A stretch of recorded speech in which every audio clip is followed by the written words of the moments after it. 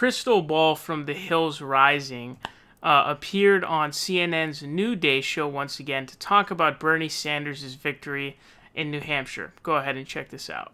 Indeed he did. Well, there's a slight difference between this time and last time. I don't know if you've noticed, but there's like 85 candidates in the race, so that makes the dynamics a little bit different here. I mean, I've been listening to the coverage here and other places that are like, oh, the race is a muddle and we don't know what's going on. The race is not a muddle. Bernie Sanders got the most votes in the first two states. Historically, the candidate that wins those two states has always gone on to win the nomination. And the truth of the matter is that his strength increases as you move out west to more diverse, younger states.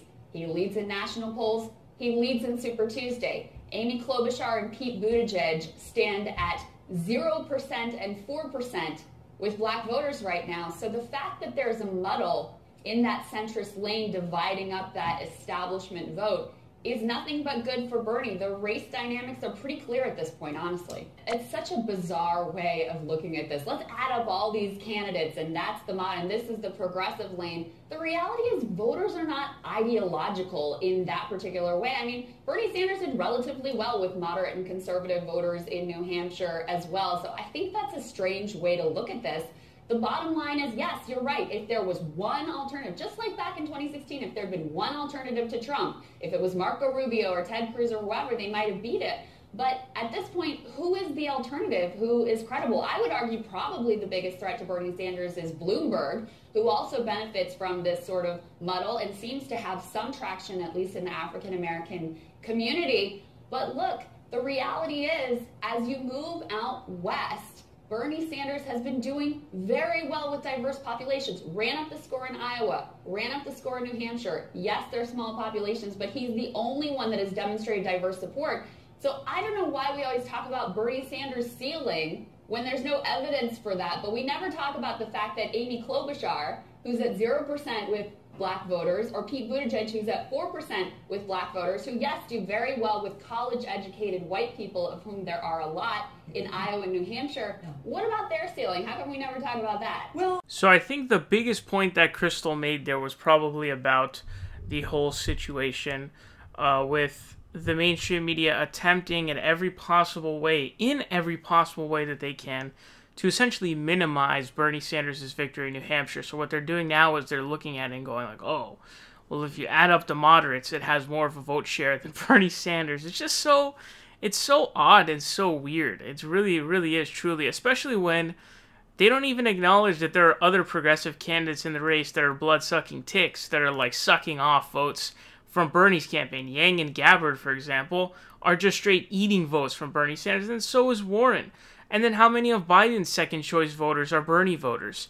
Bernie, appeals to a lot of these people who are these other candidates, and for a while, for some reason, second-choice candidates for Joe Biden were Bernie Sanders. That was the top for a bit. I don't think that's the case now, although I haven't seen the most recent second-choice numbers on there.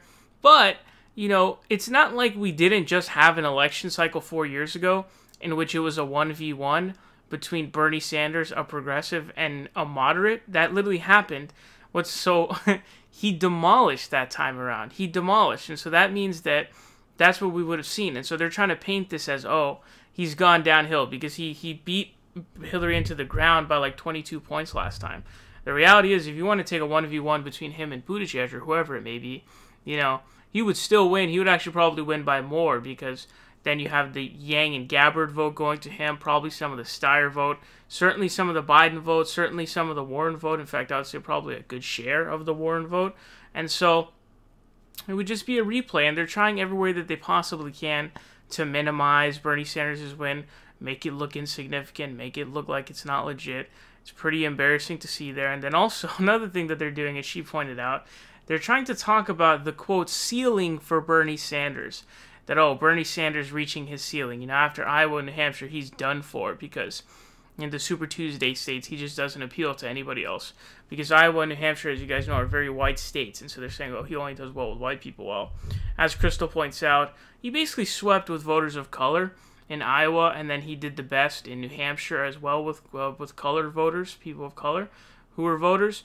So, you know, that narrative is totally nipped in the bud. And yeah, nobody talks about, in fact, the only time that I've seen Amy Klobuchar The only time that I've seen it mentioned about Amy Klobuchar that she has 0% support amongst African Americans was on Chris Wallace on Fox News. That was the only time that I've seen this from talked about it by Amy Klobuchar.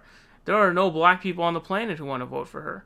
And then same thing, Pete Buttigieg, to be fair, the mainstream media does talk about how he has no black support. And that's why really the only real threat honestly left at this point is Bloomberg. Buttigieg is not viable after Iowa and New Hampshire because, of course, he doesn't appeal to anybody outside of Iowa and New Hampshire because Iowa and New Hampshire are super white areas. And then Klobuchar, same thing goes for her. Warren's campaign is coming in third or fourth in every state virtually. Joe Biden's campaign is pretty much dead in the water. And then Bloomberg is the really only real threat because he's starting to pull away at some of that African-American, significant amount of the African-American support, and he's starting to pour in a lot. But I'm confident that a Bernie Sanders candidacy would be able to defeat Bloomberg, but that is the situation that we find ourselves in now. So Krystal Ball once again appearing on CNN's New Day show.